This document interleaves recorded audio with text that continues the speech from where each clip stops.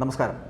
Popular front കള്ളപ്പണക്കേസിൽ അറസ്റ്റിലായ SDP ദേശീയ അധ്യക്ഷൻ MK ഫൈസിയുടെ ചോദ്യം ചെയ്യൽ ഇന്നും തുടരുകയാണ്. 6 ദിവസത്തെ ED കസ്റ്റഡിയിലാണ് ഫൈസിയെ കോടതി വിട്ടിരിക്കുന്നത്. രാജ്യത്തിന് പുറത്തു നിന്നടക്കം ഈ പോപ്പുലർ ഫ്രണ്ടിനായിട്ട് എത്തിച്ച പണം, ആ പണം സംബന്ധിച്ചിട്ടുള്ള കൂടുതൽ വിവരങ്ങൾ ശേഖരിക്കാനായിട്ടാണ് സംസ്ഥാന അധ്യക്ഷനായിട്ടുള്ള ഫൈസിയെ ചോദ്യം ചെയ്യുന്നത്. ഈ SDP സാമ്പത്തികമായിട്ടുള്ള ഇടപാട് നിയന്ത്രിച്ചത് പോപ്പുലർ ഫ്രണ്ട് ഓഫ് ഇന്ത്യ, അതായത് അവരാണ്. SDP തിരഞ്ഞെടുപ്പ് ഫണ്ട് നൽകുന്നത് തന്നെ പോപ്പുലർ ഫ്രണ്ടിൽ നിന്നാണ് എന്നാണ് ED വ്യക്തമാക്കുന്നത്. അപ്പോൾ SDP സ്ഥാനാർത്ഥികളെ തീരുമാനിക്കുന്നത് ഈ PFI ആണ്, പോപ്പുലർ ഫ്രണ്ടാണ്. ആന്തരികമായ ഒരു ഇസ്ലാമിക പ്രസ്ഥാനമായിട്ടും ബാഹ്യമായിട്ട് സാമൂഹിക പ്രസ്ഥാനമായിട്ടുമൊക്കെ ഈ പ്രസ്ഥാനം പ്രവർത്തിക്കുന്നതായിട്ടാണ് ഈ ഏജൻസി, ഇപ്പോൾ ED ഏജൻസി വ്യക്തമാക്കുന്നത്. മാത്രമല്ല, പരിശോധന 4 കോടി രൂപയോളം നൽകിയതിൻ്റെ തെളിവുകൾ ലഭിച്ചിട്ടുണ്ട്. ഗൾഫിൽ നിന്നടക്കം നിയമവിരുദ്ധമായിട്ട് പണം എത്തിച്ചിരിക്കുന്നു. രാജ്യത്ത് ആക്രമണവും ഭീകരപ്രവർത്തനവും നടത്താൻ വേണ്ടിയിട്ട് ഗൾഫ് രാജ്യങ്ങളിൽ നിന്നും ഒപ്പം റമദാൻ കളക്ഷൻ്റെ പേരിൽ ഒക്കെ പണം സ്വരൂപിച്ചു എന്നാണ് ഇപ്പോൾ ED കണ്ടെത്തിയിരിക്കുന്നത്. അല്ലെങ്കിൽ EDയുടെ ആരോപണങ്ങൾ എന്ന് പറയപ്പെടുന്നത് ഇതാണ്.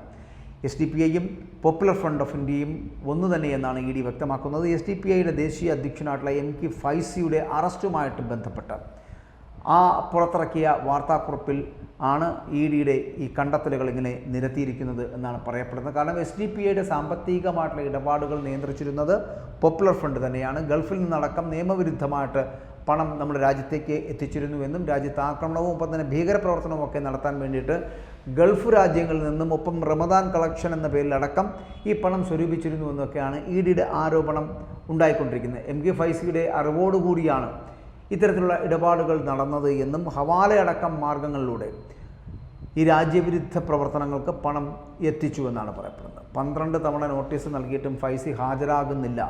ഇതോടുകൂടിയാണ് മറ്റു നടപടികൾ ആരംഭിച്ചത് എന്നതാണ് ED വ്യക്തമാക്കുന്നത്. അങ്ങനെ പോപ്പുലർ ഫ്രണ്ട് ഓഫ് ഇന്ത്യയുമായി ബന്ധപ്പെട്ട കേസിൽ ഇതുവരെ 61.72 കോടി രൂപയുടെ സ്വത്ത് കണ്ടെത്തിയെന്നാണ് ED അറിയിച്ചിരിക്കുന്നത്. അങ്ങനെ വിവിധ PFI ട്രസ്റ്റുകളുടെയും സ്ഥാപനങ്ങളുടെയും വ്യക്തികളുടെയും ഒക്കെ പേരിലുള്ള ഏകദേശം 35ഓളം സ്വത്തുക്കൾ കണ്ടുകെട്ടുകയും ചെയ്തിട്ടുണ്ട്. രാജ്യത്തിനകത്തും പുറത്തും നിന്നും അനധികൃതമായിട്ടുള്ള ഫണ്ട് സ്വരൂപിച്ച് തീവ്രവാദ പ്രവർത്തനങ്ങൾ നടത്തുവാനും ഒപ്പം തന്നെ സാമ്പത്തിക സഹായം നൽകാനും പോപ്പുലർ ഫ്രണ്ട് ഓഫ് ഇന്ത്യയും അതിൻ്റെ അംഗങ്ങളും ഗൂഢാലോചന നടത്തി എന്നതടക്കം ED ഇപ്പോൾ വ്യക്തമാക്കുകയാണ്. 35.43 കോടി രൂപ വിലമതിക്കുന്ന 19 സ്ഥാവര വസ്തുക്കളുടെയും 21.13 കോടി രൂപ വിലമതിക്കുന്ന 16 സ്ഥാവര വസ്തുക്കളും പിടിച്ചെടുത്തവയിൽ ഉൾപ്പെടുന്നതായിട്ട് ED അറിയിക്കുന്നുണ്ട്. കേരളം, കർണാടക, തമിഴ്നാട്, തെലുങ്കാന, ഡൽഹി, രാജസ്ഥാൻ കൂടാതെ മഹാരാഷ്ട്ര, ബീഹാർ, പശ്ചിമ ബംഗാൾ, അസം, ജമ്മു കശ്മീർ, മണിപ്പൂർ ഈ തുടങ്ങിയ സംസ്ഥാനങ്ങളിലാണ് ഈ സ്വത്തുവകകൾ കണ്ടെത്തിയിരിക്കുന്നത്. ഇവ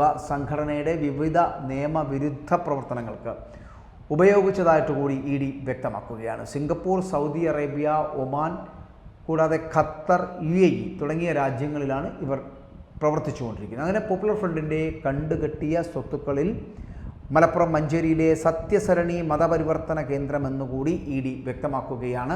മാത്രമല്ല, പോപ്പുലർ ഫ്രണ്ടുമായി ബന്ധപ്പെട്ടിട്ടുള്ള ട്രസ്റ്റുകൾ, കമ്പനികൾ, വ്യക്തികൾ എന്നിവരുടെയൊക്കെ സ്ഥാവര ജംഗമ വസ്തുക്കളാണ് ED ഇപ്പോൾ കണ്ടുകിട്ടിയിരിക്കുന്നത്. ED റിപ്പോർട്ട് പ്രകാരം പോപ്പുലർ ഫ്രണ്ടുമായി ബന്ധപ്പെട്ട് പ്രവർത്തിക്കുന്നതോ അല്ലെങ്കിൽ അവരുടെ സഹായം ലഭിച്ചതോ ആയിട്ടുള്ള 25ഓളം ട്രസ്റ്റുകളും സ്ഥാപനങ്ങളും കേരളത്തിൽ ഉണ്ട് എന്നാണ് പറയപ്പെടുന്നത്. മലപ്പുറം മഞ്ചേരി സത്യസരണി ചാരിറ്റബിൾ ട്രസ്റ്റ്, കോഴിക്കോട് മീൻചന്തയിലെ ഒബേലിസ്ക് പ്രോപ്പർട്ടീസ് ആൻഡ് ഡെവലപ്പേഴ്സ്, മാത്രമല്ല കൊച്ചി ഇടപ്പള്ളിയിലെ കമ്മ്യൂണിറ്റി കെയർ ഫൗണ്ടേഷൻ, കൂടാതെ ഇടുക്കി മുരിക്കാശ്ശേരിയിലെ hill valley charitable trust, Kottayam Hidayathul Islam Sabha, Karyavattom human welfare trust എന്നിവയൊക്കെ ഈ പറയുന്ന വിഭാഗത്തിൽ ഉൾപ്പെടുന്നു എന്നുള്ളതാണ്. അതേസമയം സംസ്ഥാന വ്യാപകമായിട്ട് SDP സംസ്ഥാന അധ്യക്ഷൻ്റെ അറസ്റ്റിൽ SDP സംസ്ഥാന വ്യാപകമായിട്ട് തന്നെ പ്രതിഷേധം ഒക്കെ സംഘടിപ്പിക്കുന്നുണ്ട്. ED നടപടി ഭരണകൂട ഭീകരതയാണ് എന്നാണ് SDP ഈ പ്രക്ഷോഭവുമായി ബന്ധപ്പെട്ടിട്ട് പ്രതിഷേധവുമായി ബന്ധപ്പെട്ടിട്ട് സംസ്ഥാന വ്യാപകമായിട്ട് അവർ പറയുന്നത് എന്നുള്ളതാണ്. സംസ്ഥാന വ്യാപകമായിട്ടുള്ള പ്രക്ഷോഭം രാജ്യവ്യാപകമായിട്ട് ഫാഷിസ്റ്റ് വിരുദ്ധ പോരാട്ടം ശക്തിപ്പെടുത്തുന്നതിലുള്ള അങ്കലാപ്പും പ്രതികാര നടപടിയുമാണ് ഈ അറസ്റ്റിന് പിന്നിലെന്നാണ് ഇവർ പറയപ്പെടുന്നത്. ED നൽകിയ നോട്ടീസ് പ്രകാരം ഡൽഹിയിൽ നേരിട്ട് ഹാജരായ MK ഫൈസിയെ അവിടെ വെച്ച് അറസ്റ്റ് ചെയ്യുകയായിരുന്നു എന്നാണ് പറയപ്പെടുന്നത്. ബംഗളൂരുവിൽ നിന്ന് അറസ്റ്റ് ചെയ്തു എന്ന വ്യാജ വാർത്ത സൃഷ്ടിച്ചതിന് പിന്നിൽ അതിൽ പോലും അവരുടെ ദുഷ്ടലാക്ക് കുടിയിരിക്കുന്നുവെന്നാണ് ഇവരുടെ വാദം. കോടികളുടെ വഖഫ് സ്വത്തുക്കൾ അന്യായ നിയമനിർമ്മാണത്തിലൂടെ തട്ടിയെടുക്കുവാനുള്ള BJP സർക്കാരിൻ്റെ നീക്കത്തിന് അതിനെതിരെ രാജ്യവ്യാപകമായി SDPI നടത്തിയ പ്രതിഷേധങ്ങളും ഒപ്പം തന്നെ ബഹുജന റാലികളും മഹാസമ്മേളനങ്ങളും ബഹുജന പങ്കാളിത്തം കൊണ്ട് തന്നെ ഏറെ ആയിരുന്നുവെന്നാണ് ഇവർ പറയുന്നത്.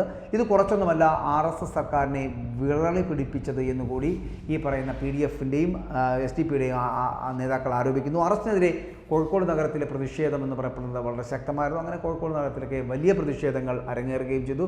പോപ്പുലർ ഫ്രണ്ടിനെ കളങ്കപ്പെടുത്തുക, SDPIയെ കളങ്കപ്പെടുത്തുക എന്നൊരു ലക്ഷ്യത്തോടു കൂടിയാണ് ഇത്തരത്തിലുള്ള നീക്കങ്ങൾ RSS സർക്കാർ നടത്തുന്നത് എന്നാണ് പോപ്പുലർ ഫ്രണ്ടിൻ്റെയും SDPIയുടെയും വാദം. പക്ഷേ രാജ്യത്ത് ഇത്തരത്തിലുള്ള അക്രമവാസനകൾ ഉണ്ടാക്കിയെടുക്കുവാൻ ശ്രമിച്ചാൽ, രാജ്യത്തെ തകർക്കുവാനുള്ള പ്രവർത്തനങ്ങൾ ഉണ്ടായാൽ, തീവ്രവാദ പ്രവർത്തനങ്ങൾ ആരംഭിച്ചാൽ, അത് ഏത് പോപ്പുലർ ഫ്രണ്ടുകാരനാണെങ്കിലും ഏത് SDPIക്കാരനാണെങ്കിലും മത തീവ്രവാദത്തിലൂടെ ഉണ്ടാക്കുന്ന ഏത് പാർട്ടിക്കാരനാണെങ്കിലും തളയ്ക്കുക തന്നെ ചെയ്യും. അതാണ് ഇന്ത്യയുടെ പോലീസ് സംവിധാനവും ഇന്ത്യൻ നിയമവും അത് അനുശാസിക്കേണ്ടതാണ് എന്ന് തന്നെയാണ് സൂചന നൽകുന്നത്.